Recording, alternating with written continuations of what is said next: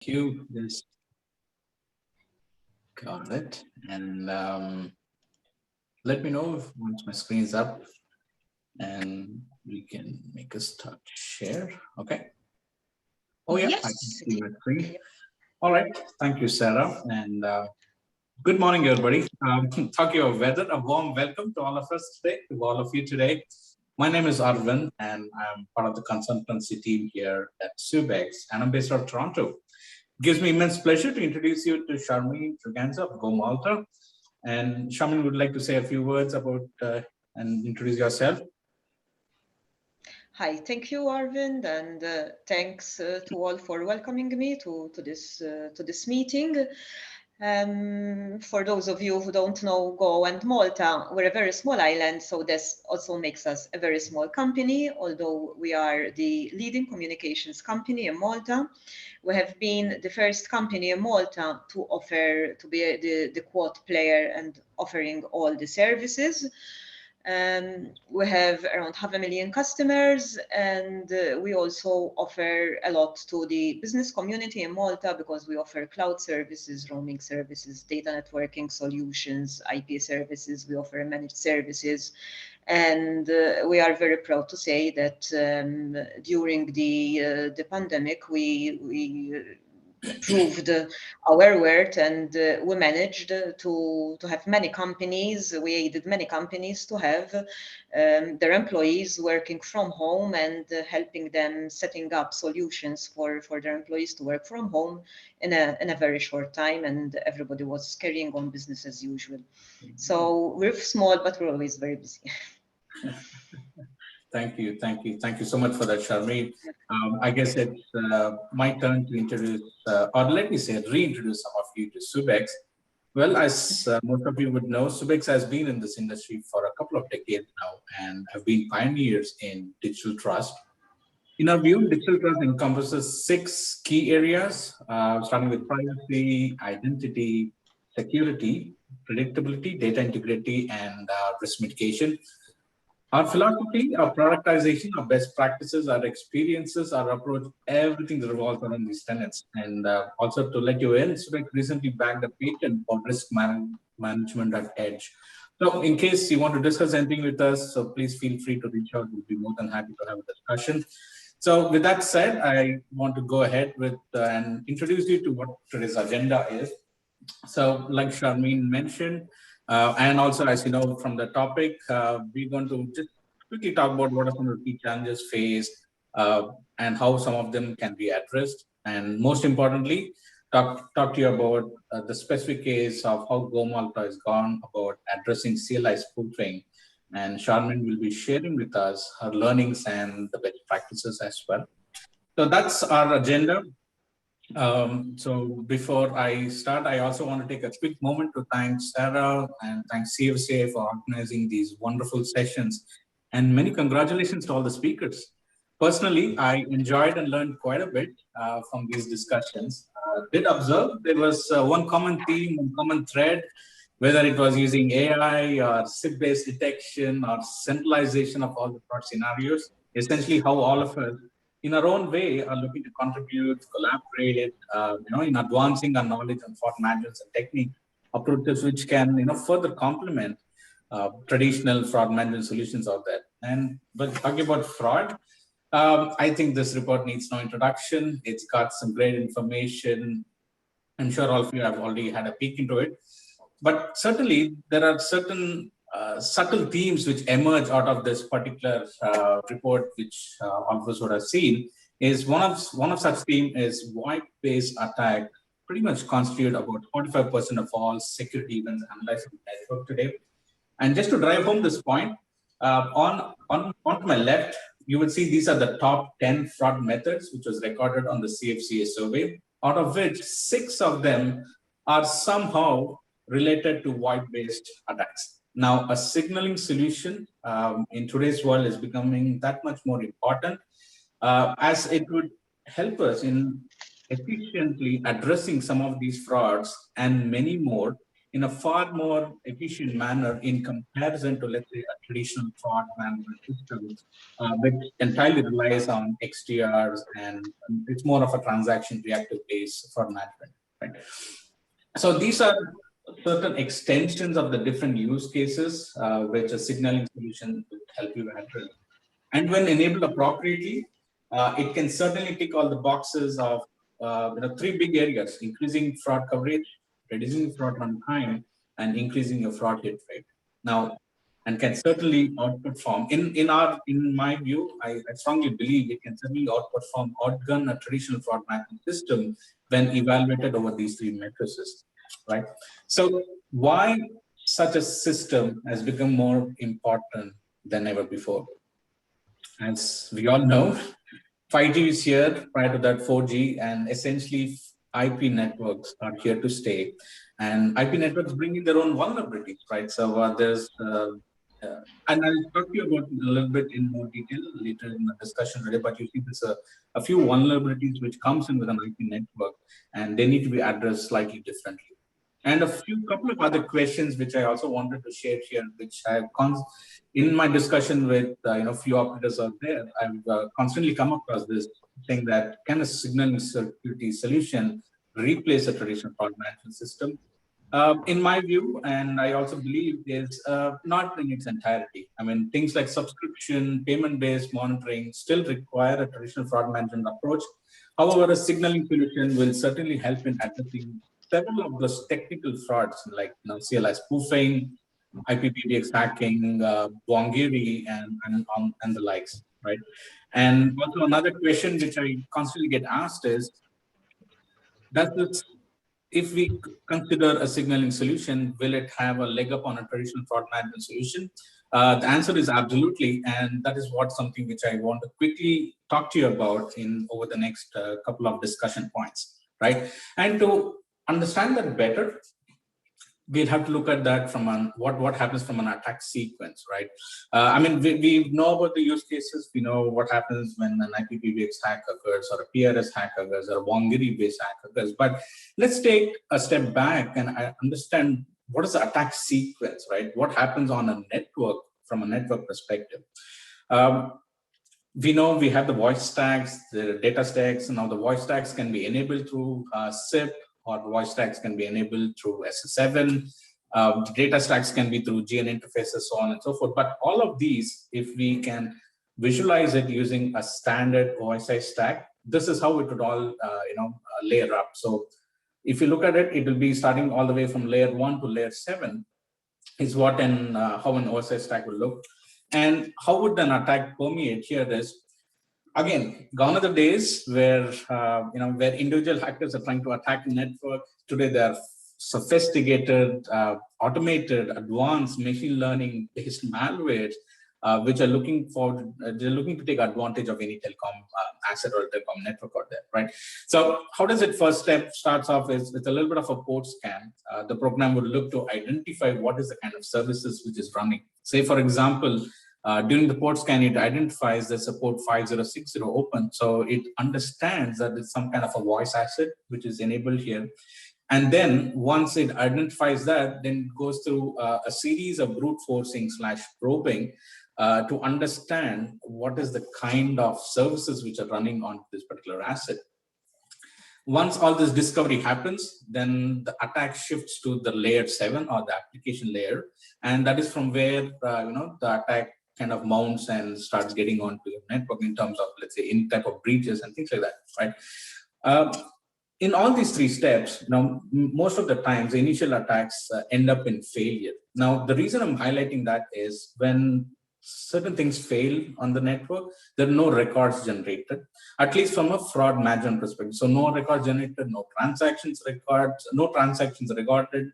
Because there is lack of records, the traditional fraud management system does not have an input to monitor towards, right? A fraud management system would kind of kick in only when there's a successful exploit, especially when, let's say, a threshold is breached and an alarm is raised, and only then, let's say, a fraud management system will be able to have a look into and see what's going on. Now, in comparison to that, a signaling security system would start tracking the attack as it progresses. So essentially, it would start tracking when a port scan occurs, or brute forcing occurs, or failures which occurs at a at a layer 7. So that is where an edge kind of starts going in favor of a signaling solution, because the system now is also looking at a whole host of other activities which occurs on the network to determine whether it's any kind of a malicious behavior which is occurring onto your network. Now, with that said, I also want to talk to you a little bit about how we go about addressing this. How do we go about detecting it? So the first and foremost is, like for any fraud management solution, where do we source this data? So a good signaling solution or a signaling system will look to process network packets and in a non-intrusive manner. So I'm highlighting the word non-intrusive to emphasize that, if you're looking at a signaling solution, you need to look at a system which will not bring about any latencies on the network. Especially when it is trying to hook on and capture the network packet captures off from your network. So the solution needs to adhere to that. Second is, the solution needs to have a capability of performing both deep packet as well as shallow packet inspection, so that it's got the capability of sieving through this network caps and look for specific markers, right? It can be markers in the header, it can be markers in the payload. Now, these specific markers otherwise are called signatures. So just to give you an example, you can look into a network packet capture, and there's one of these attributes which talks about user agent. Typically, a user agent is somebody if I pick up my phone and make a call and it gets through your SPCs, the user agent will it'll read as saying it's a handset device, or it will say there's an individual at the other end of this call. Now, if you see something other than that in this particular field, where it says it's a suspicious software, it automatically raises a few red flags, because here you're seeing that in a user agent, you're seeing that it is not an individual user, but it's a software which is trying to make calls. Now, suspicious software is a program which can dial tons of numbers and make very much a lot of random calls.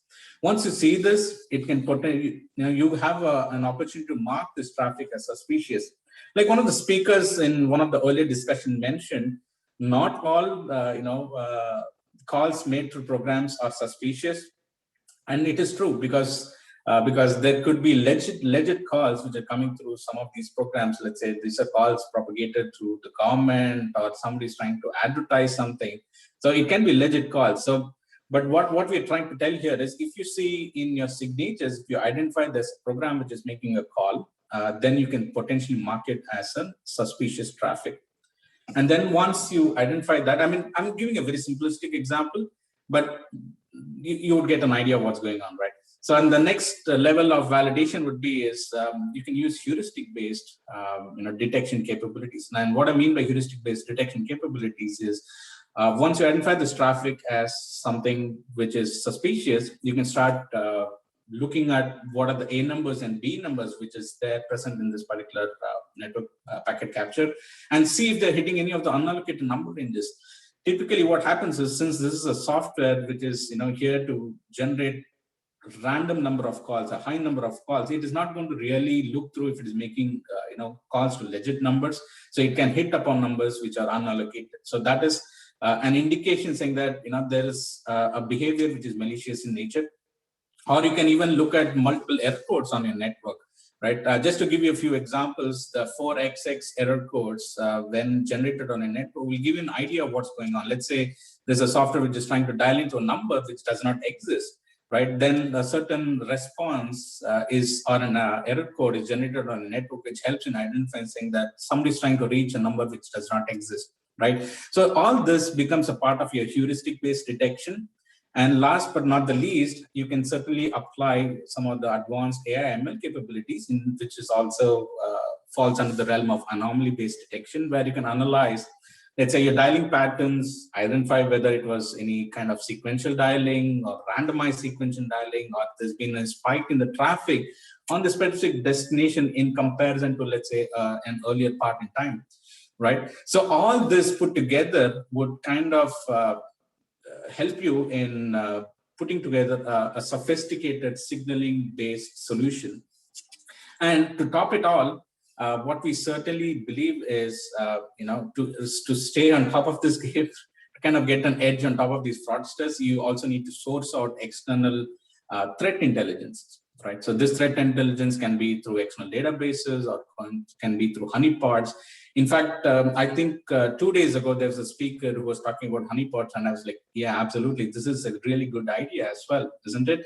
So from a Subex perspective, today we run one of the largest honeypots from a telecom assets enabled on the network. And we believe it's one of the largest, and we are spread across 60 odd locations.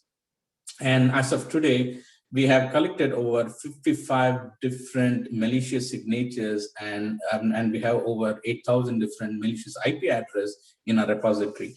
So all this, when applied on top of, let's say, a heuristic or a signature and anomaly-based detection, this certainly gives an added edge in addressing, let's say, any of those technical frauds. It can be CLI spoofing, wongery, or anything else, right? And such a solution has been deployed at Go Malta, and has certainly proved decisive for Go Malta in addressing the CLI spoofing fraud on the network. So this is where I would like to stop from how you can go about designing a good security solution from your perspective. So hold on to your questions. We'll be more than happy to answer them towards the end of this discussion. And at this point in time, I would love to hand it over to Charmaine. Charmaine, over to you.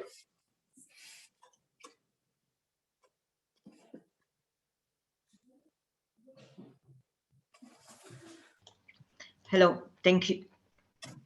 I was muted, I think. Thank you, Arvind. I will tie exactly to what you were saying about the signaling solution, if it's enough to have just the signaling solution. From experience now, I would agree with you. I would say no, it has to complement other solutions. 10 years ago, this time 10 years ago, when at Go Malta, we had just started actually at looking at changing the fraud management system that we had, and we eventually had started working with Subex then. And for a good number of years, we thought that we were set and that we were capturing all fraud and that everything kind of is okay. But then experience and also with the industry changing and with what we start seeing around and hearing and with what your clients start telling you, you start saying, oh, something is not right. And in our case, we started having comments both from internal people, from people working at Go, and also from clients who were telling us, I received a call with a new number, and it was an Italian number, it was a French number, but it was my brother who lives in Canada, or it was my sister who lives in Australia. And when we started seeing this incidence increasing, we started looking at it, and from the fraud management system that we were operating, we were saying, okay, you received this call, you are saying it was your brother calling from Canada, but no, I'm seeing an Italian number. For me, that call came from Italy. Because obviously we were just seeing the CDRs and we were not seeing any signaling information on the current fraud management system. And that is when we started looking at the signaling solution. When in fact we asked for a proof of concept and for some samples and some testing, we realized that this was bigger than we thought. We started realizing that since we are a new country and we work with the origin-based charging, there was this, don't call it loophole, or this opportunity for some rogue carriers to pay less terminating charging. So they would show an EU number when in fact the call was coming from a non-EU country. Also, we started realizing that there was an increase in scam calls. This was at the same time that we started with COVID, and there were an increase in spam calls and scam calls, and it was more easy, at least this is our experience in Malta. It might be different for different countries, but in Malta somehow people feel more confident to answer a call if it's showing a UK number, an Italian number, a French number, but everybody started knowing the country codes that are maybe more known for fraudulent or for scam calls or those kinds of calls. We also realized that there was an increase in spoofing of the numbers of well-known companies and well-known companies in Malta. So obviously you get this section of clients that become over-trusting.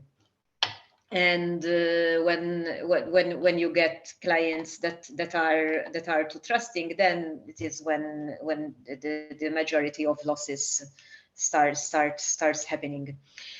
Eventually also started having problems with law enforcement, both because the fraudsters started spoofing law enforcement numbers, affecting calls to emergency service numbers, and also because part of our work within the company is to assist law enforcement in different investigations. So law enforcement comes to us to give them information about anonymous calls or certain calls that would have happened during a crime. And we started having complaints back. Listen, we called for this person, we started investigating this person, we spoke to this person, and it's impossible that this person did this call or whatever, or was in a place committing this crime. And this is where the CLI spoofing started becoming more of a problem for us, and the signaling solution started giving us more weighting to our work, to our commitment to the law enforcement, and also to keep with the values of Go, which is to obsess about customer and to protect our customers. Because obviously nobody likes to be called by the police being accused of doing something when in fact their number was spoofed rather than being shown the proper number. Eventually, we had already started with the signaling solution, and we had a real case scenario where on one particular evening, the emergency services started receiving calls to the emergency service asking for assistance, and then the call was being truncated, it was being terminated. So it was like as if somebody was calling and telling them, I'm Charmaine and please send assistance, something like that, and they were hanging up. So obviously police and emergency services were dispatched to this location, and the people had no idea why the emergency services were knocking on their door. It was obviously a waste of resources. It was a distraction from other serious scenarios that were happening. And the pressure from law enforcement started increasing even for us to at least, if not stop the spoofed calls, but at least identify them.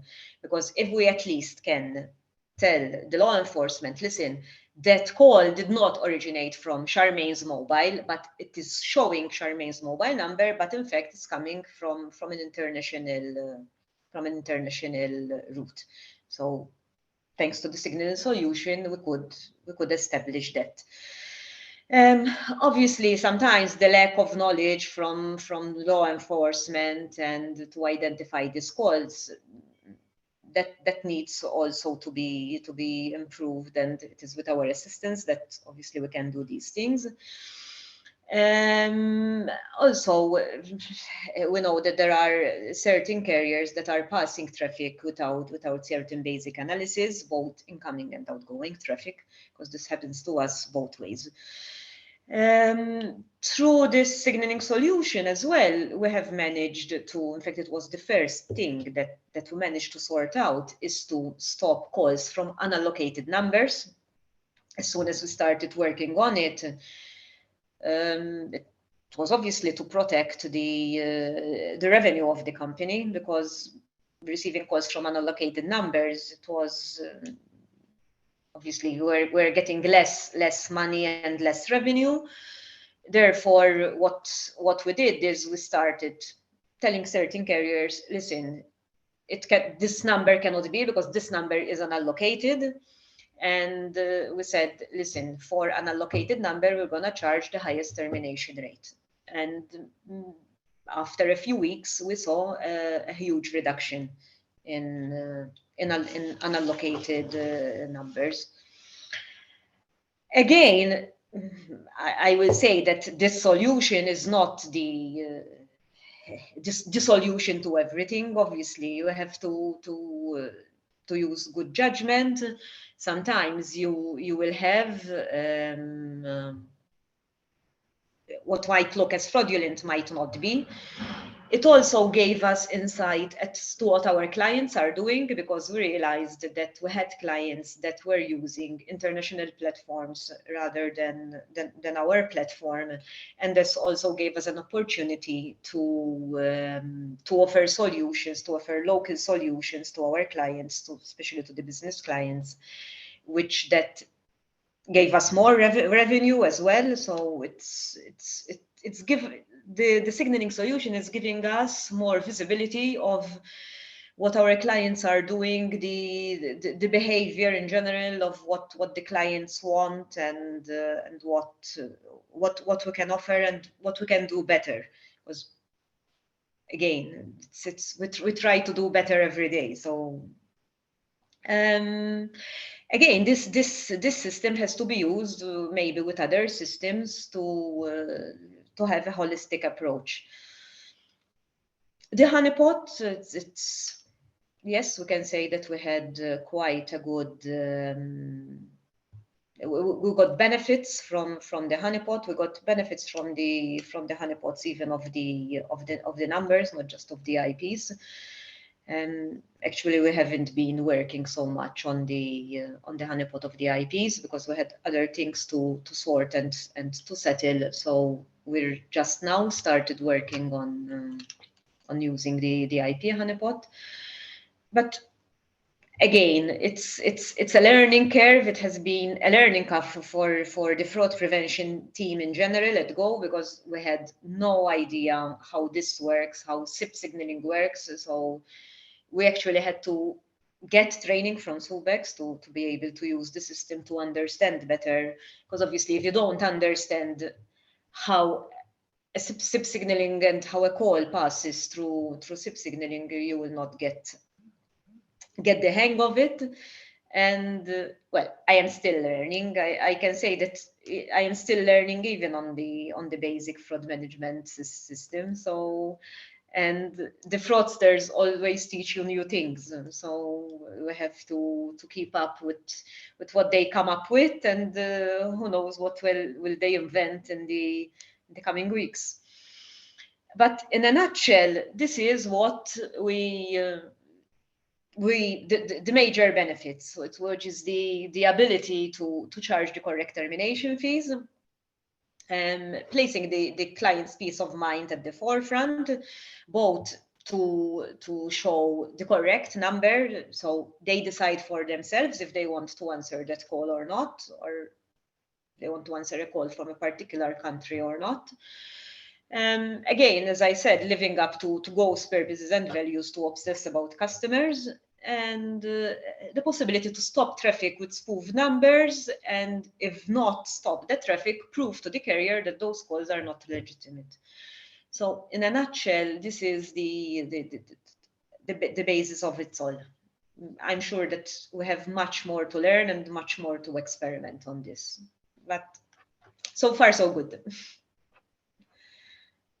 So from my end, I think that this is basically it. As I always say, we need to be more cooperative, to share information between the operators, the carriers, maybe more enforcement. I always believe that the best solution is whenever there is any type of fraud is obviously to try and stop it, but for whatever happens, we try to stop the payment. It's always follow the money, and we try to stop the payments, because eventually it's important that the fraudsters don't get the money.